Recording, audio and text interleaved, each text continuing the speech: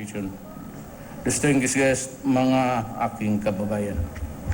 You know, every time I have a talking engagement, the staff, where they call them the presidential management staff, would prepare just 2 or 3 pages in bold letters. So you can just imagine how short it would be. I can finish this in 2 minutes exactly. Then I have to bid farewell.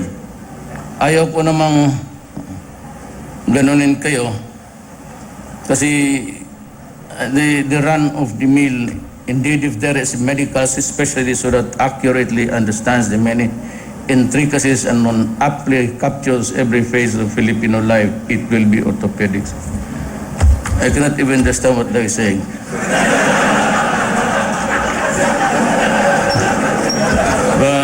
Baka it's prepared by my staff. The office is called Presidential Management Staff, the PMS.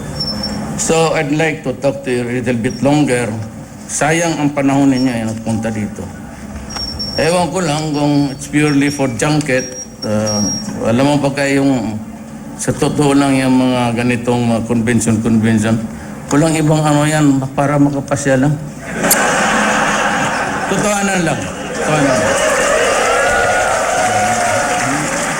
Ayan man talaga ang totoo. Maski kami nung sa gobyerno, hindi ako umaatin, sumisipat talaga ako.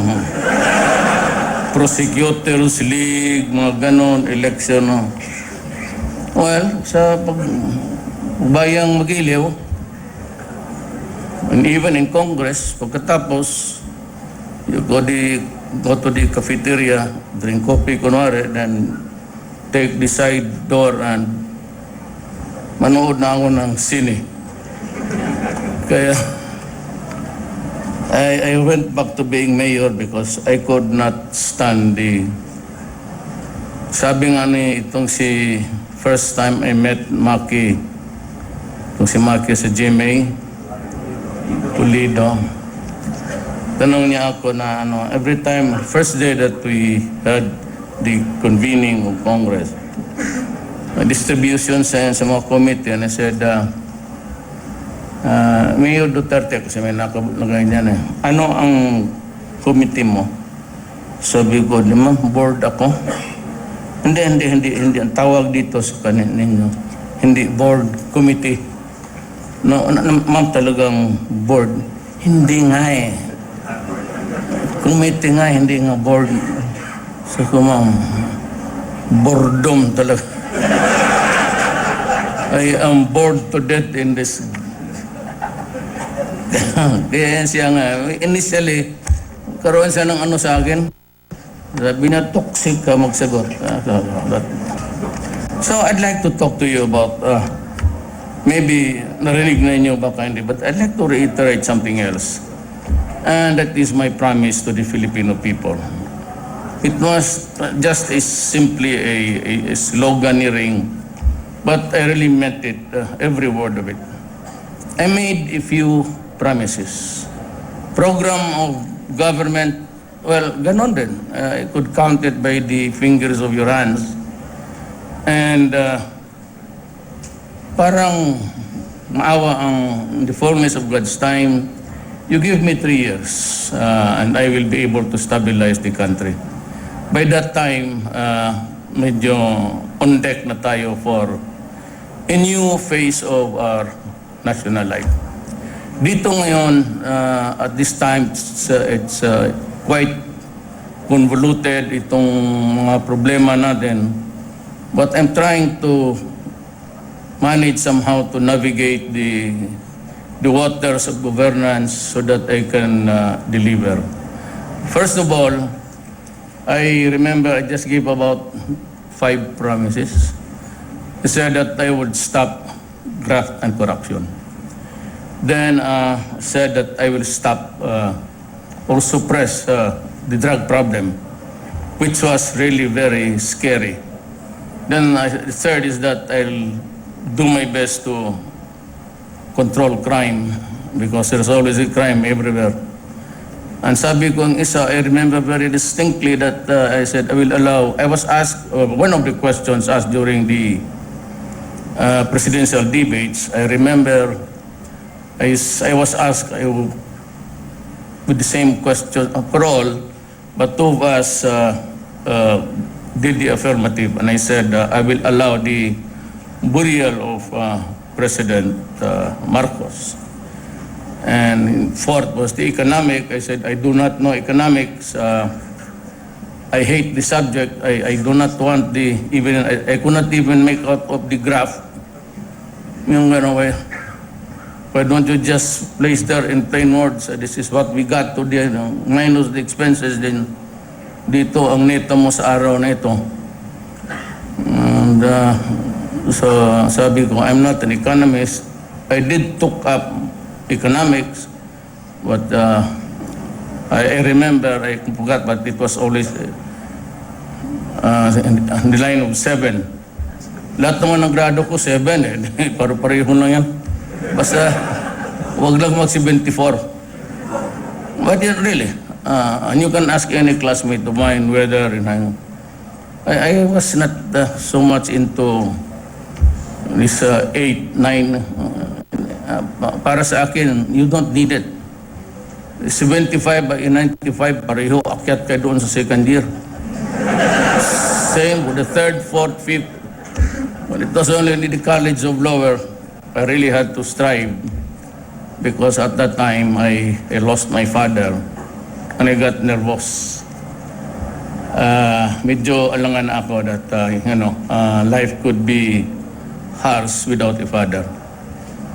Pero yung sa lawyer, sabi ko, I'll get the best of the economic minds to my knowledge. And most of them were really, the finance secretary is Sonny Dominguez, is my childhood. We're neighbors and we grew up together. And kindergarten pa, he was always in the 90s. And I started with this line of 7.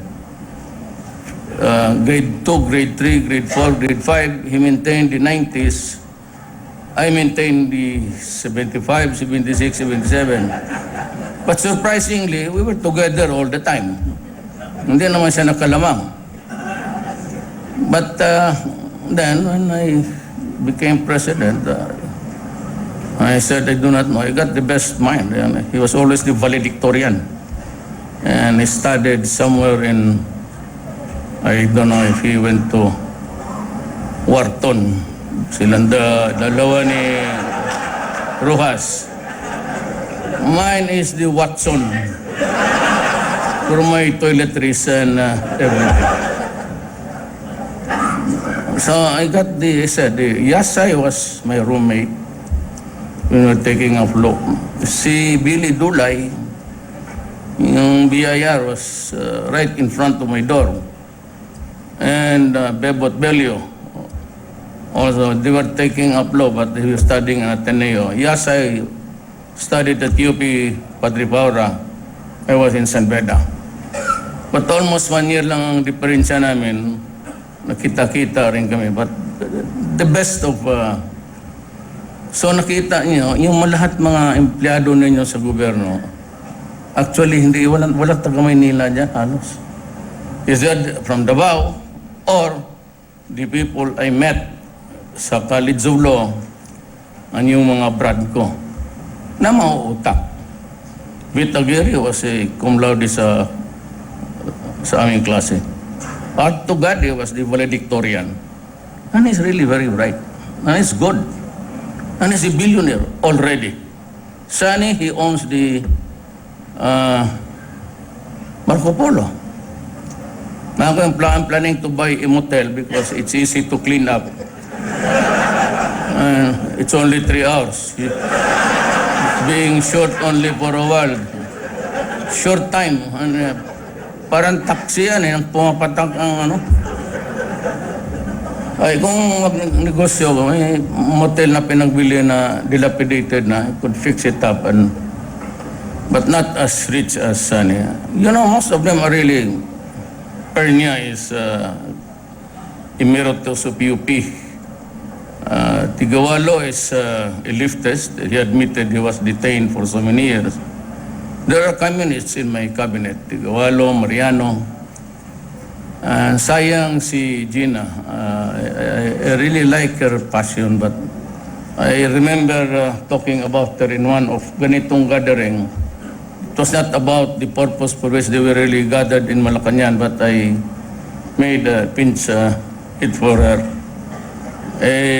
You know how it is. This is a democracy. And love money talks. I do not control everything. I am the head of the executive department, the president. Congress is controlled by the Senate president and the speaker, the lower house and the upper house. The Supreme Court is a collegial body, but the affairs are administered by the court administrator. So hindi ko na taga-kontrolado ang lahat. Gusto ko. May mga tao ako na gusto ko, pero I share powers. And that is the process of checks and balances. The president appoints, but the appointee has to undergo the scrutiny of the Commission on Appointments, which is a combination of a committee from the lower house, mga congressman, and the upper house, which is the Senate. Kagaya rin ng Amerika, same constitution, copied verbatim almost. So yan ang akin. But my only consolation really is that all of my cabinet members are brilliant. Valedictorians, billionaires. But the sad thing is they are just my employees. The 75 rules today.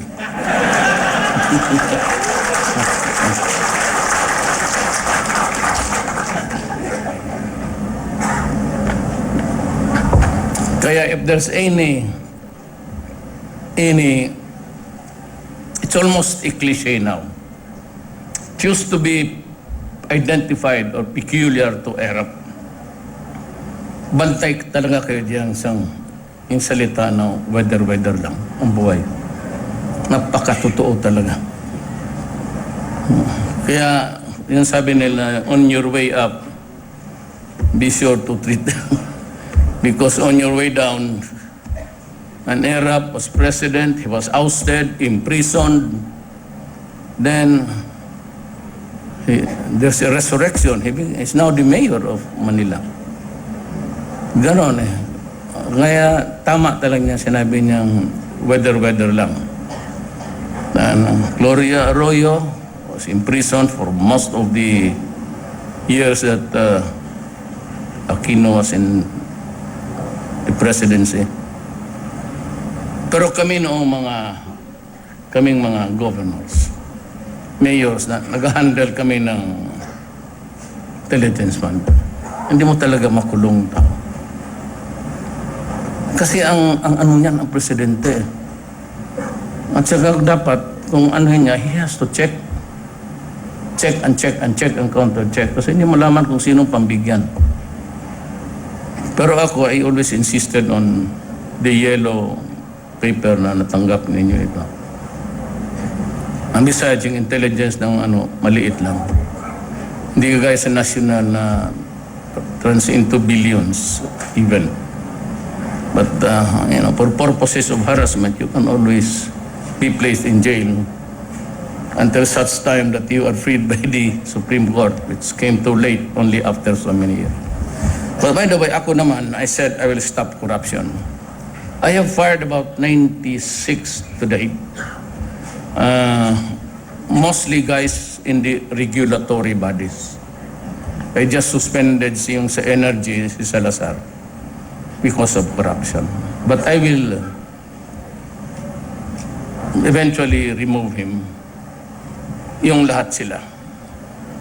And I even remove, in the cabinet meeting, I fired one cabinet member. Hindi ako nakapigil because he was lying to his teeth.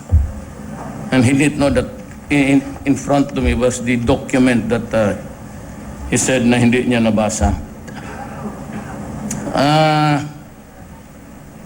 It was an opinion rendered by his own office, department. And he went abroad to buy a truck, fire truck, worth 18 million. Kaya sabi ko, itong aking 911, it's the best in the country. As a matter of fact, you can visit it. And even yung security unit ng syudad. Hindi naman ganoon kamahal. May fire trucks are Isuzu, 7-8 million. But then 18 billion is too much. And it was a transaction entered into by the Aquino administration. So it was really an overpriced.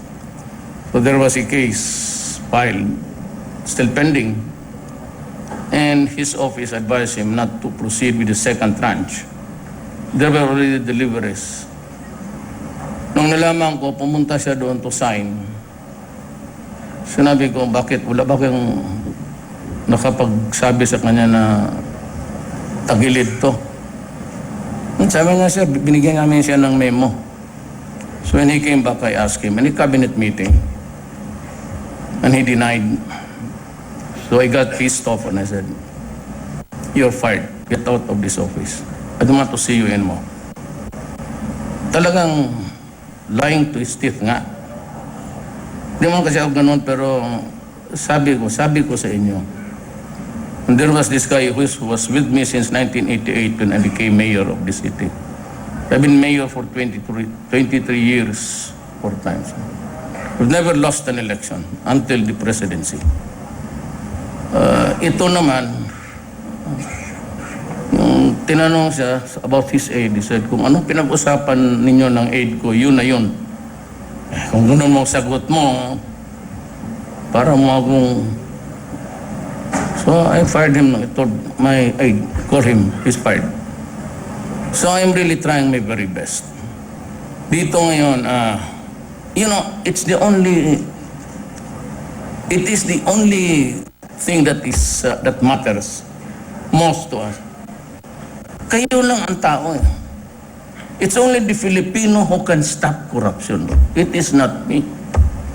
I can control it, but talagang gusto ninyong hintuin, kayo lang. All you have to do is to stop giving. Or do not give in to the ones. Kay ma-customs, kay ma-BIR, sa Professional Regulatory Commission, huwag kayong magbigay pag hiningian kayo. At yan ang tinuturo ko pati sa maliliit na tao. Sabihin mo, putang ina ka, sampalin kita ngayon. Tanunin mo. And even the customs now are not allowed to pry into the bagahe. I'm sure you've been abroad recently. Wala na, you'll just wave through.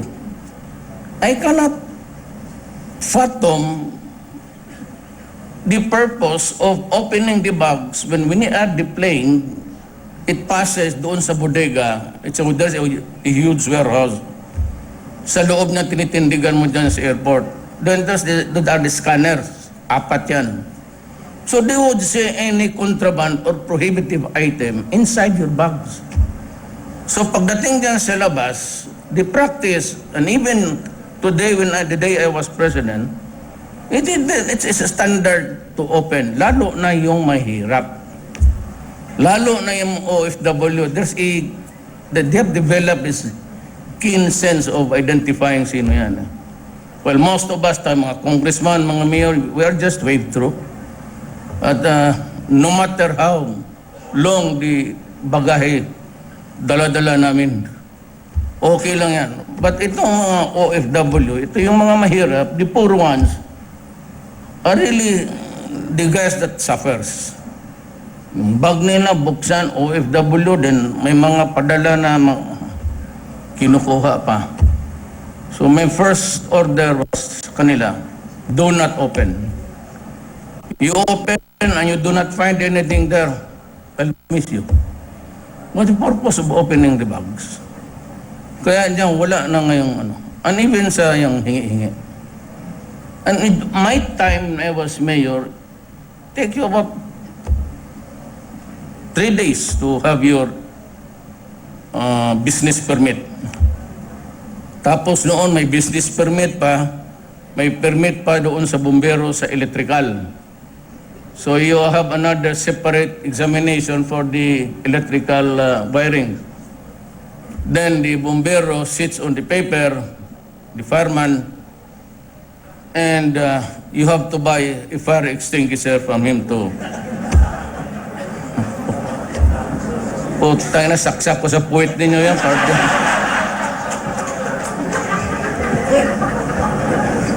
Stop it. So, sa corruption, we are takot eh. Kasabi ko sa talaga, putang ina, sasampalin ko talaga kayo. And even if you ask your mayor, kasi tanongin yung mayor ninyo, ang good governor, I called them the Lac Malacanang. I never allowed the media to go in. Sabi ko sa kanila, putang ina kayo, oras pumasok kayo sa droga, papatayin ko kayo. I will ambush you, poison you, bomb you, whatever, steal your wife from you. So that will just have a problem. Not really because I want to steal somebody else's wife. Pag bibigyan kita problema, kidnapin. Nasabi ko, do not do it. If you want to remain in your, between now until election time, do not do it. Yung iba, governors, ganun rin. Tanungin ninyo yung governor. I had them locked inside, gave them a sumptuous merienda. Pakondisyon kayo. And it's the shocker. I will kill you. I will really kill you. And that's why the rapporteur of the UN is here investigating extrajudicial killing. You know, when I was mayor, Davao was better off. And so, medyo lumaki ang Davao. Gumana. You can see around. You can walk around nights. You're safe. So what did I tell them when I was mayor? And I said, do not destroy my city. I'm having so many problems of governance. I need the money to pay for the teachers, policemen, allowances, lahat na, the ones who clean the city, the bureaucracy, the firemen and their allowances. Where will I get the money if you guys will scatter your... So go out of the city because I will kill you. Do not destroy the young for Diyos because I will really kill you. At yung iba ayaw maniwala, Tagalogin na lang natin para yung hindi nakaintindi. Hindi talaga nila maintindihan din yun. Kailanman. Yun. And when I became the president, that's the same thing that I said to you, right? And during the campaign, that is what I promised. It is a covenant between you and me. That here is my program of work, very limited. But if you elect me president, I will do this. And I'm doing it.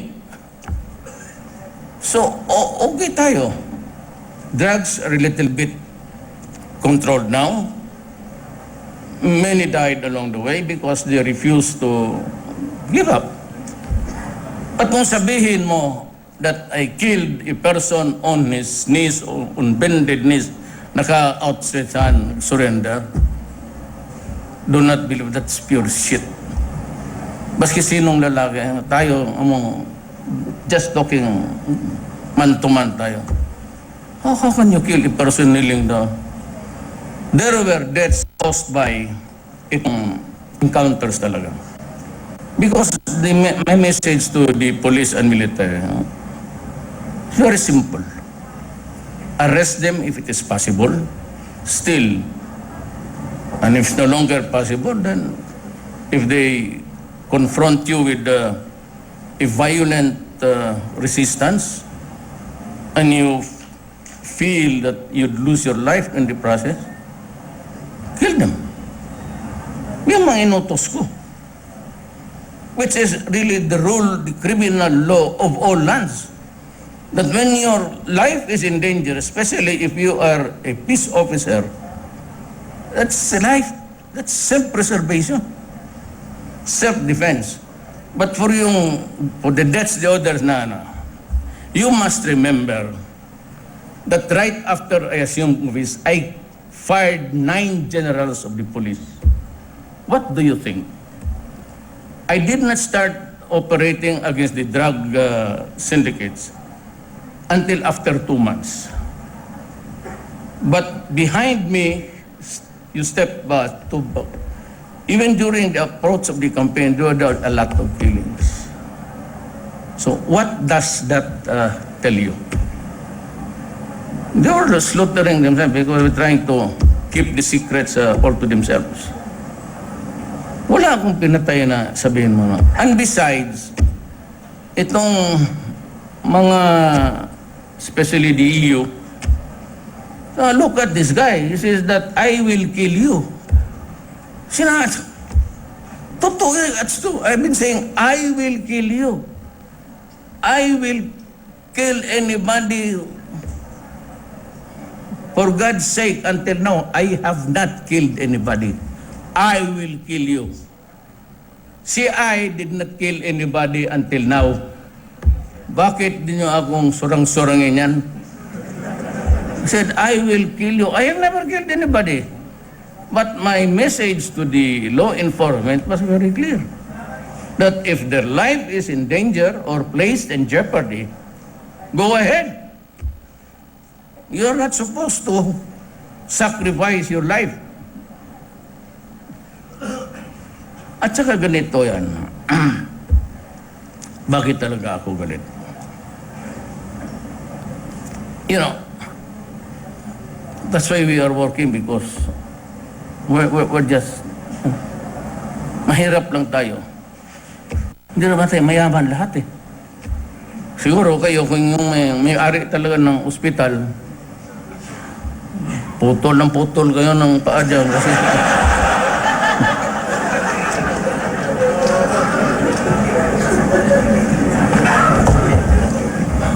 I hope may rason yun, ha?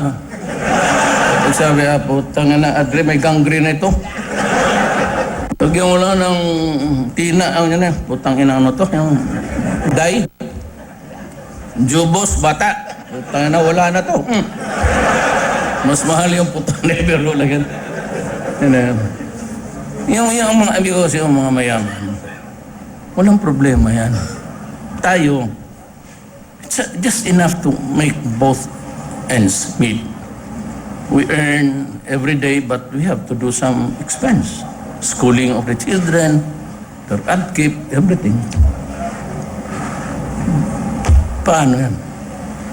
So, when I grow old, if God allows me to live until 90 years old, who's gonna buy my medicines? Who's gonna pay for the hospital? Yung oxygen, sinong bibili? Putang ina niya. Sino magkungit ng lugaw sa akin, papakain ko? It's my children. And our children even, sometimes, pag ubos na, my income ngayon is quite a bit high kasi pegged to the last salary yung insurance ko. So, siguro, about 7 months in the hospital. The best care there is available. Pero after that, ubos yan. Sinong magbayad? Na sila Inday, may problema mo rin yan. Mayor lang yan ngayon, pero by the time na hindi man niya magdana.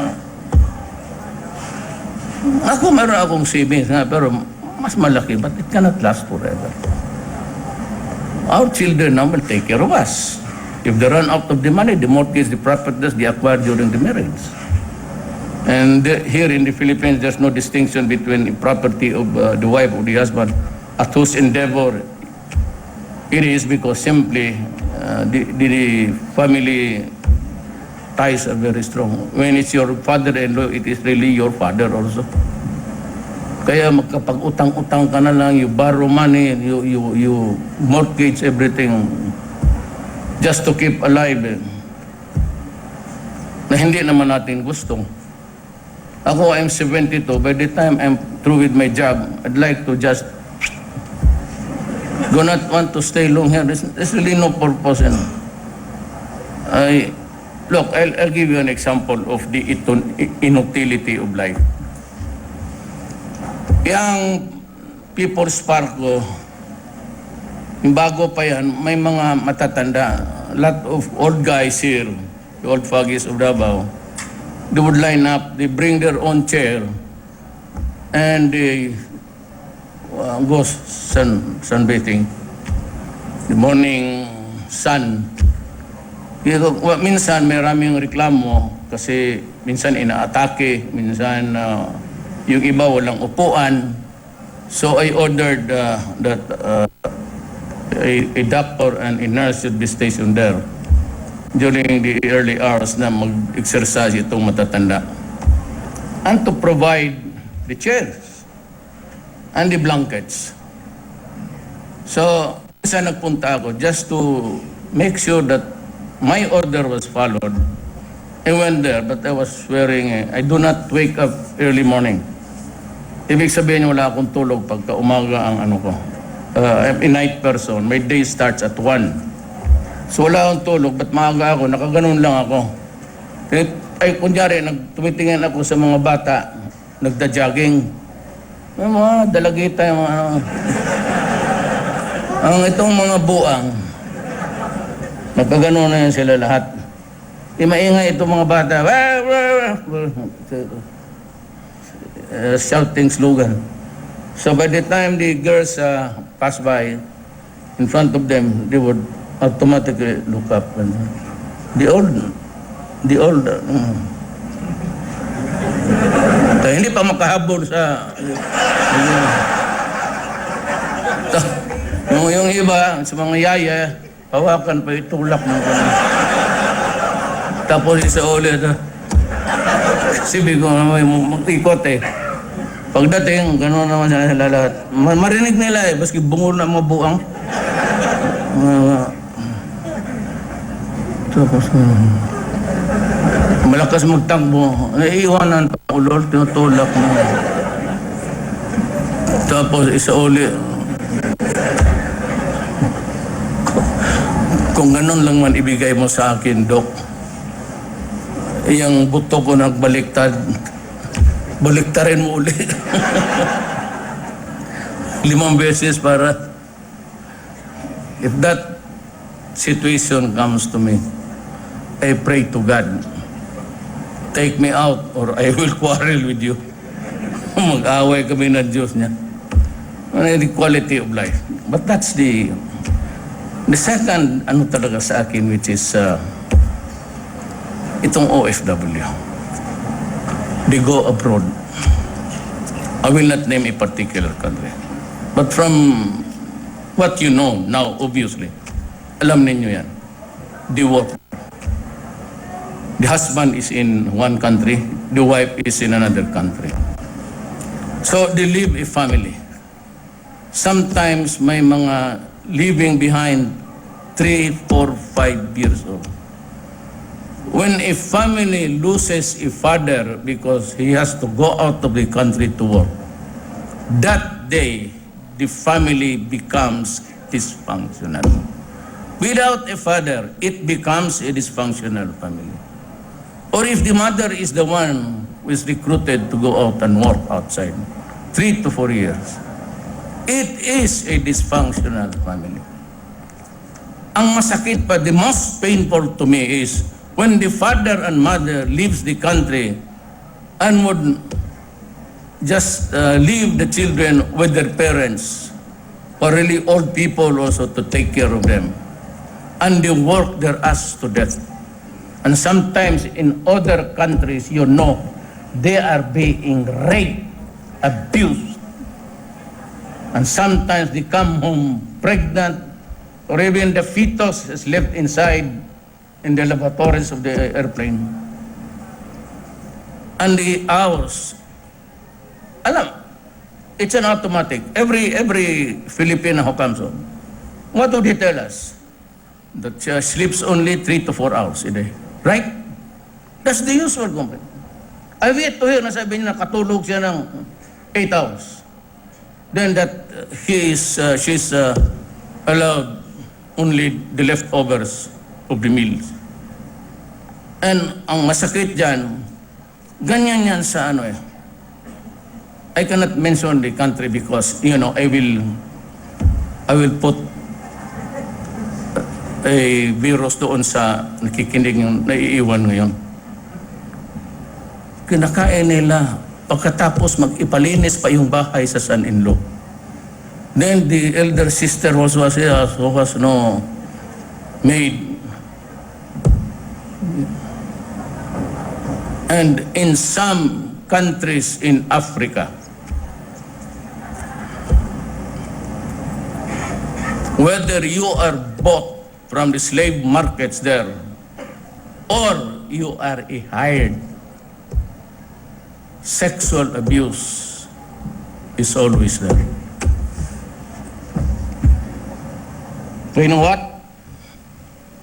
I went to a certain country because they were caught with religious items.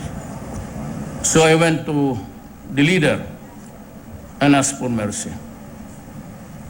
And the leader acceded to my pleadings. But he said, you must talk to your counterpart. Since I was a member of the taga Davao yung ano eh, mga babae.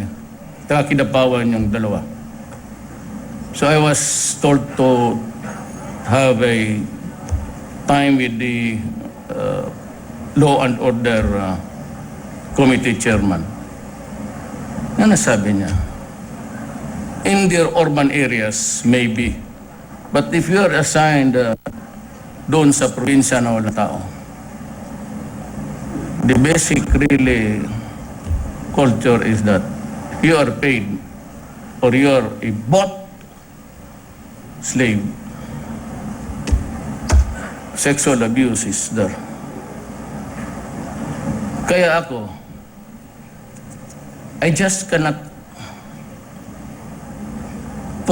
dumudugo ang lahat ng, hindi lang puso ko, lahat talaga, pati kamay ko. Sometimes I bite my finger. Kung gano'n na lang kahirap, so much indignity to endure, so much agony to suffer. Tapos pagdating nila, after all the years of working there, toil from sunset to sunrise, only to discover na ang mga anak nila, and that's 1/3 of the dependents of in the survey were contaminated with drugs.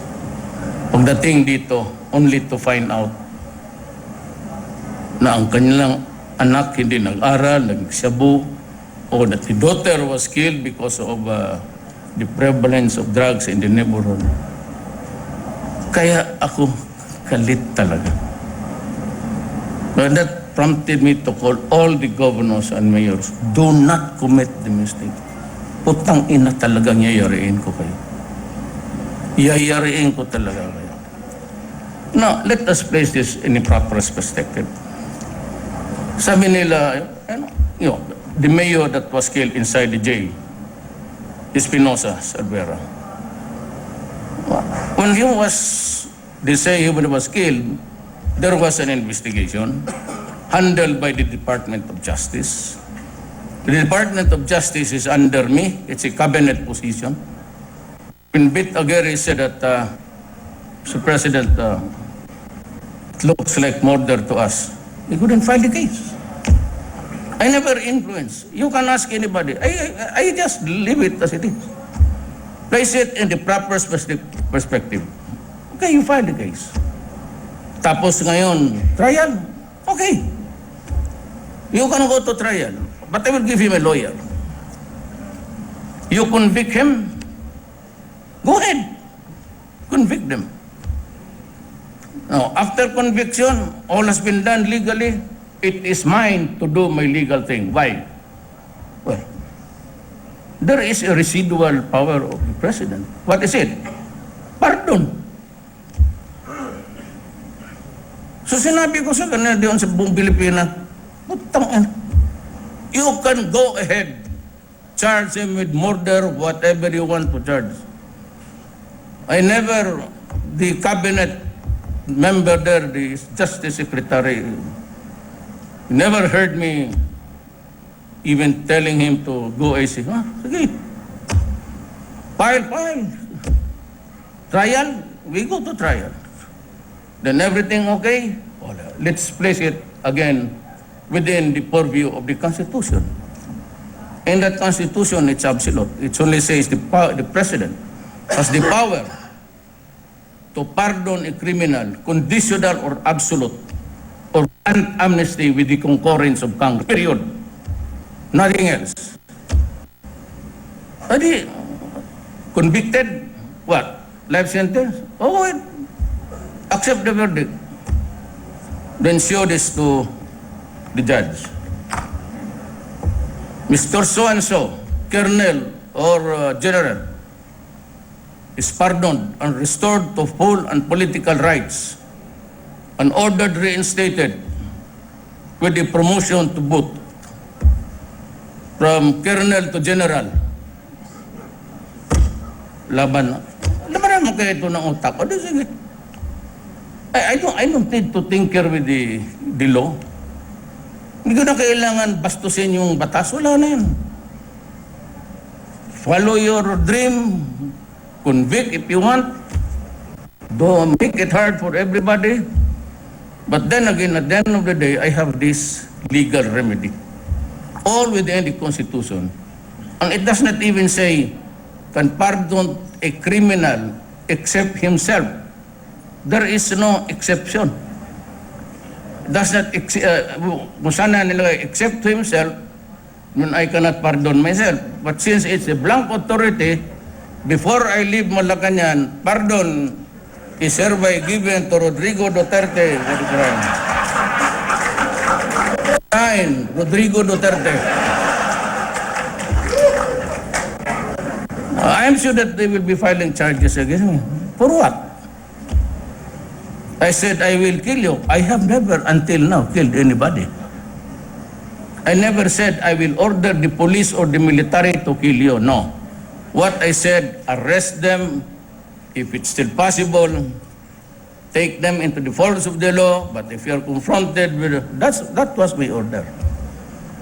My independent, because of my rage in my heart, because it pains me deeply that we are now 4 million confirmed addicts. When I became president, I ordered, you all surrender because I will kill you. That was a gambit. And you saw this hundreds of thousands surrendering, and even policemen and all.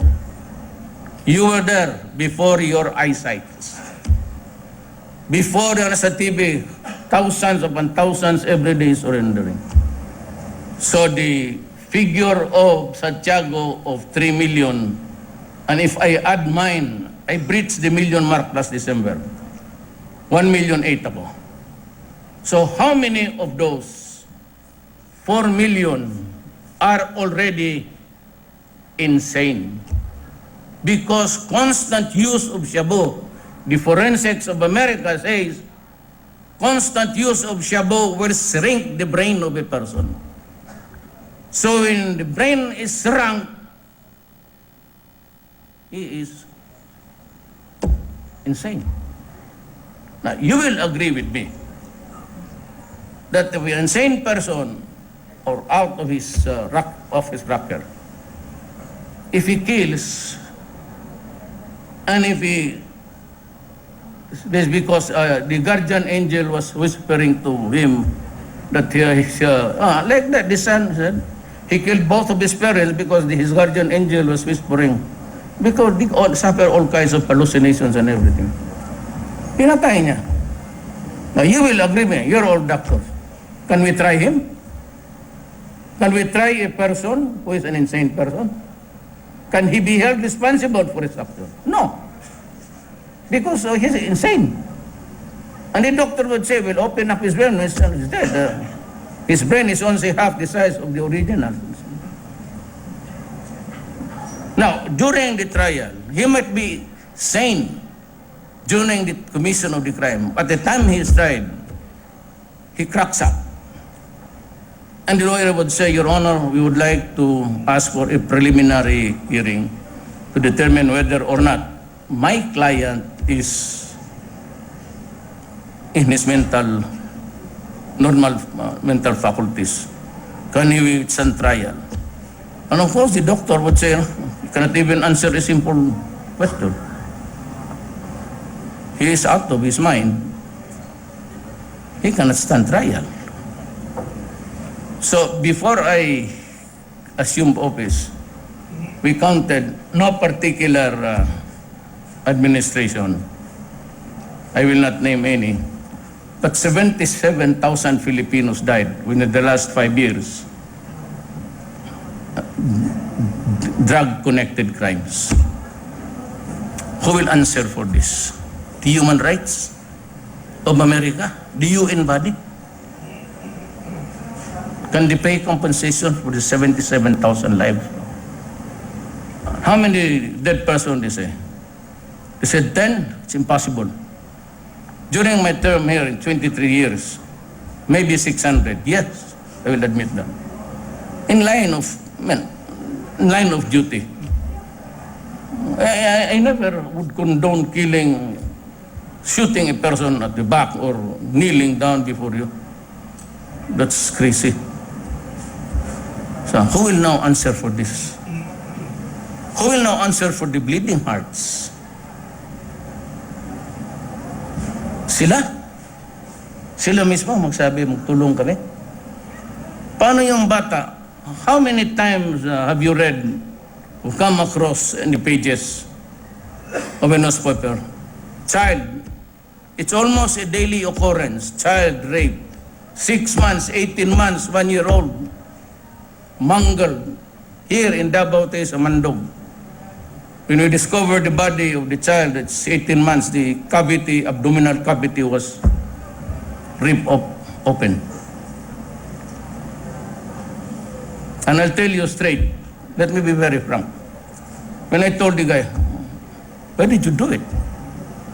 You know, I'm always like that when the fancy strikes me. And when I cannot find anybody to rape, I go for the goats. Kambing nila. So if you are talking to that kind of a person, what would you do? Make a guess. Yan ang hindi naintindihan. That's what has escaped them. They only say that 10,000 were killed. You know, it would make it appear very easily that they were all good and honest person. So let me ask you first, 10,000. Who were the 10,000 you said were killed? Who were they? What were they doing? Yan ang mahirap dyan sa human rights. Pabalabag ang mga... Kaya ako, nagalit, ang sumali itong State Department, at sumali naman itong si Obama. Obama was a libertarian. He was a leftist by heart. But he has this complex mind. I don't know if it is an inferiority complex or a superiority complex. But definitely there was a conflict inside his hand. It was worse during his time. Because it emboldened now. He hesitated. Yung sa Syria, he said, do not throw the red line. So when Syria decided to massacre its own, Assad is also an idiot. He's killing his own people with sarin and the lethal How many times was it? And he did nothing. Mabuti pa si Trump. And I had a talk with him yesterday. I mean sorry. I had a talk with President Xi Jinping yesterday because he called 4 days ago to ask me to if President Xi Jinping could do something about the situation regarding Kim Jong-un. So I called President Xi Jinping. I am calling you at the behest of the President of the United States, President Trump. And we are all agreed in the ASEAN, and even President Trump, that you can do something. Actually, the biggest contribution of all others is your intervention. So I'm not at liberty to talk about it because I have to convey my message to. President Trump has not called me yet. But if he'll call me and say, how did it go, what transpired, then I will tell him. But definitely we are getting the help of everybody here. And President Trump, it is recorded. It was recorded. I know that he was recorded. We were recording it also here. I said, you're doing fine. Yeah, the son of this guy. He mentioned I will not mention the country. I get the poor drugs in my take gun. You want to hear the recording? I'll be happy to make it public. But I have to tell the White House that I'm going to. But of course, everybody knows that you are being. Of course, China was listening. Of course, Russia was listening. Everybody is listening. Even now, everybody is listening. I know that China is listening. So, but Obama chastising me. Now here comes Trump. Oh, you're doing all right. So, where do I go from here? Is it Obama or Trump? So at the end of the day, it is you and you alone will answer for all the things that will happen to this country. Ako yan. So I take full responsibility for the killings of the soldiers, of the policemen. I take full responsibility. If it says at 10,000, then that's mine and mine alone. But do not attribute to me killings which I never ordered or did. But for all of the killings that were in accordance with my order, and something was done excessively wrong, or there was something went very wrong, I will answer for it. Do not worry. I will answer for it. And if I'll go to hell, I will do it. If I will rot in jail, I'd be happy to do so. At least I have done something for my country. At least. So with that, I'm sorry I said that talk about orthopedics because I only knew about the science when I could not say it was karma. My mother said that's karma because of the killings. Never did that. So I could not raise it. But now, even if she's here, I could knock her. I could not even embrace. My embrace was only up to the waist. So can you raise it higher? I said, I know, I am. But now, here. It's okay. So do not forget the orthopedics, as much important as anybody else in the medical science. Thank you and good afternoon. Thank you, Mr. President.